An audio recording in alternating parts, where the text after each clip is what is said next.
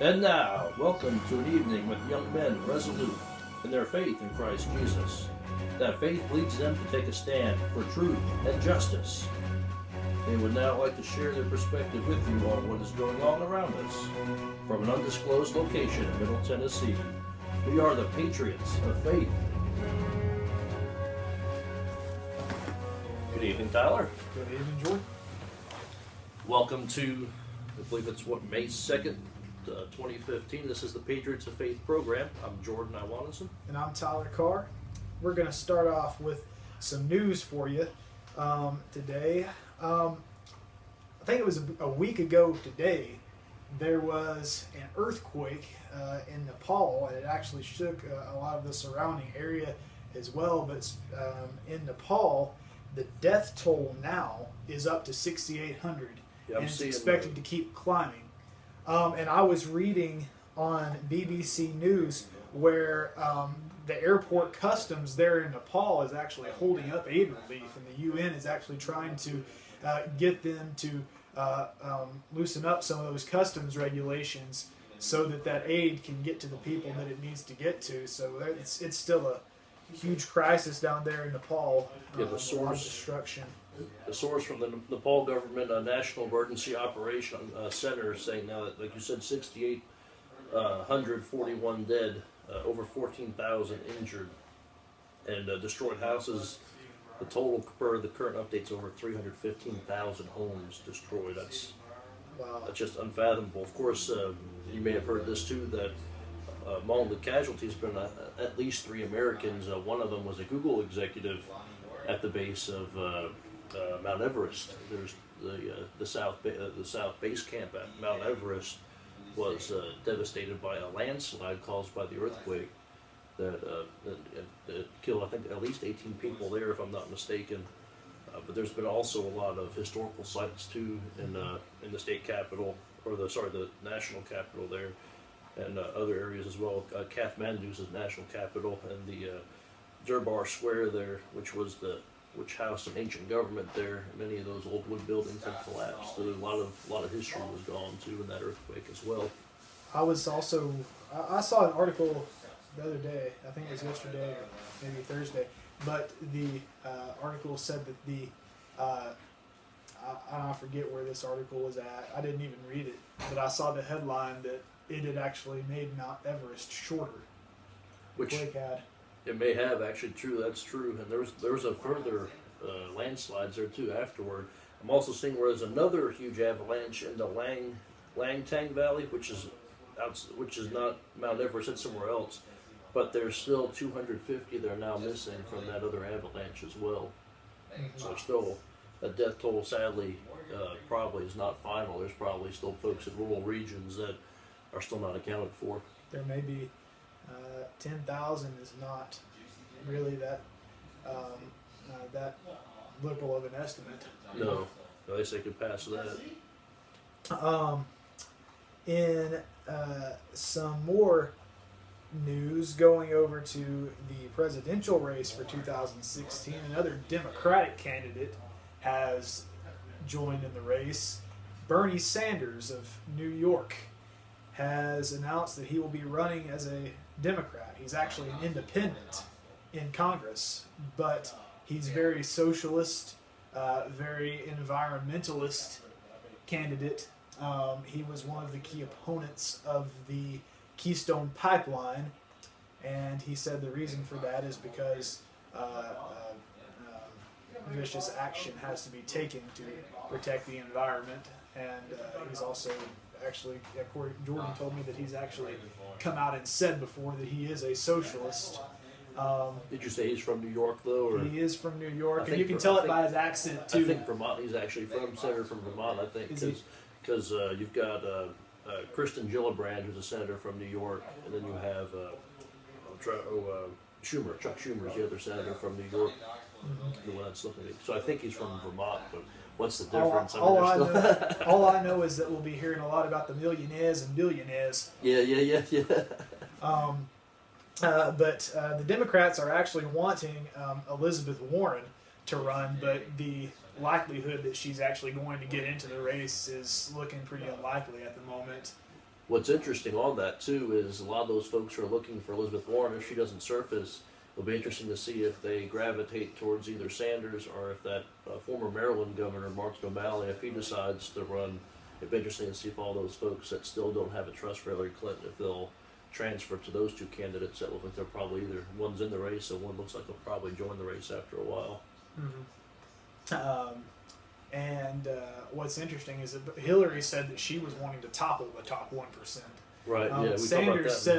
Sanders he mentioned the top 1% in his announcements. He said that when we have the top 1% owning more wealth than the bottom 90%, it's not going to work. Which I tend to agree with that. But he didn't say he'd actually topple the top 1%. You have to wonder if Hillary's going to his left. It sounds like. It sounds to me like Hillary's. In my opinion, Hillary's just a politician. She's doing what's going to get her elected, essentially. She'll try to say whatever she thinks she can get to be elected. Yeah, that's one of the big reasons why I don't really trust her if she gets elected. But we won't go into my personal political views. Well, also too, along with talking about that's the Democratic side. On the Republican side, we're about to get a lot more energy on announced candidates as well. There's 3 candidates likely to emerge in the next 48 to 72 hours. Probably about 48 hours now, because this article we're looking at came from Friday, I believe. But Ben Carson has an announcement coming. Let me check if I can. I thought it was Monday. Let me check here real quick. Monday morning, he has a statement he's going to make in Detroit, where he's originally from. So he's going to make his intentions known. He looks like a likely candidate this time. Carly Fiorina, the former Hewlett-Packard CEO, she is having a statement coming.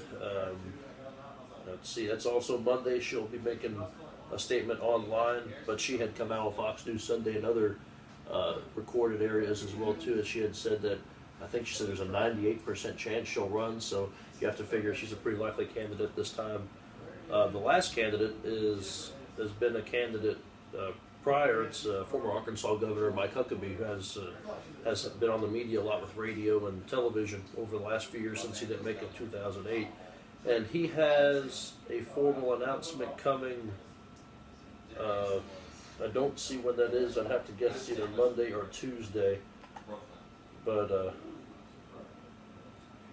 it's saying that Huckabee's going to be in Iowa on Wednesday, apparently. So looks like he's a likely candidate as well. But he will be making his formal announcement in Hope, Arkansas. I guess either Monday or Tuesday. I'm not seeing which way it goes, but I'm guessing Monday that will be his announcement if it's going to be within 48 hours. But with him going to Hope, Arkansas, that's his birthplace, and it seems likely that he'll also be running. So this field that we have now, I believe it's the 3 senators that are running right now. You got Rubio, Cruz, and Paul, and that field, it looks like it's set to double within the space of just 48 hours. Let's see what other things I can find here. Of course, there has been the Baltimore riots, and we're not going to go into detail about that right now because we're saving it for the next segments. But special segment on that. Similar to what went on in Ferguson, basically the same thing has happened in Baltimore with these race riots, and it's a pretty scary situation up there. The trial is actually underway right now, and the 6 police officers that were involved in Freddie Gray's arrest have actually been charged with homicide. So it will be interesting to see how that turns out, but we will get into that more in detail in the next segment. Do you have something else right now, Jordan? Real briefly, Benny King had passed away on April 30th. That was Thursday. He was well known as an R&B singer, but the song that most people remember him for was "Stand By Me," and he had passed away at the age of I'm trying to see how old he was. I know he was in his 70s. He was 76, and he was married for 51 years. So that's a great testament for somebody to be in the public eye, to have his wife throughout his entire life, as far as I can tell. Absolutely. Passed away from coronary problems. Here's something else. We talked about Ben E. King, B.B. King, who is a of course, the very well-known bluesman, is under hospice care right now, according to Fox News. So that's probably means things aren't looking good for him either. Being here in Tennessee, of course, he's got a solid connection to Memphis and everything. So it's a sad story there. When we talk about celebrities, I'm sort of trying to look for some news here, but it's a little scarce today. The biggest news is our next segment. The whole week's been dominated by Baltimore. So basically, I mean, we could talk about I don't know, Bruce Jenner. I think we did briefly cover him in a previous segment. Did we? I think maybe we just got to talking before the segment. I don't even remember. But anyway, something with that. Not only did he come out and say he was, for all intents and purposes, a woman, he also came out in that same interview and said he was a Republican. Yeah, which that's interesting how it defies the narrative. It defies that whole stereotype that everybody wants to try to picture. Yeah, and there's actually I read an article, I think it was on CNN, that there is actually an entire group formed of, I think they're called the Log Cabin Foundation or something like that, that is made up of LGBT Republicans, conservatives. So that's interesting, and I think it's good to see that that just because you have a particular belief doesn't mean you have to go along with the party just because they tend to swing that particular way, and that applies with anything. And I think a lot of people kind of have that mindset that they're a Republican, so they have to believe this, or they're a Democrat, so they have to believe this. Right. I think that's a sort of a destructive mindset as well. When you think about it, I mean, whether you're Republican or Democrat, that's a party label, but you should not conform your perspective. You should not conform your point of view specifically. Of course, we're not saying that to change your gender. We're not saying that's morally right, but what we're saying is that it's that just because a certain party has a perspective doesn't mean that you have to uniformly conform to that.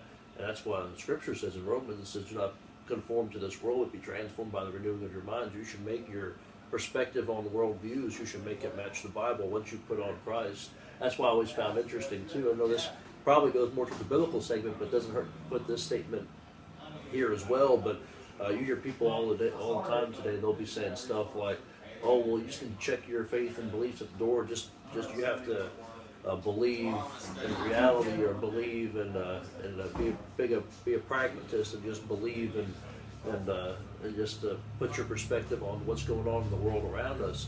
But once you put the name on of Christ, I mean, we sing these songs that I am not my own. We put on Christ. We also put on Christ's worldview. We put on the standards of Christ as well, and the principles of the Bible. So that's one thing that's always fascinating. Folks are like, "Oh, well, you're a Republican. You shouldn't believe this way about faith because you should believe this way on what's going on in the world and stuff like that." No, you got to have that biblical worldview. Once you put on Christ, you have to have a biblical worldview. Otherwise, you're not really living out your faith. Yeah. And of course, the biblical worldview, it can be applied in many different. When we talk about politics and how we vote, a biblical worldview can be applied in different ways. Maybe some Christians don't agree with others on different things, but there are different ways where it can be applied, different things that maybe we could apply our morals and say this sounds like something that's good to be done. Yeah, because especially on the values issues, on the we got about 30 seconds left, Jordan. Say on the values issues, the Bible's pretty clear on what you need to do. But say on fiscal and on budgetary issues, I mean, there's different things that are gray matters on that. Mm-hmm.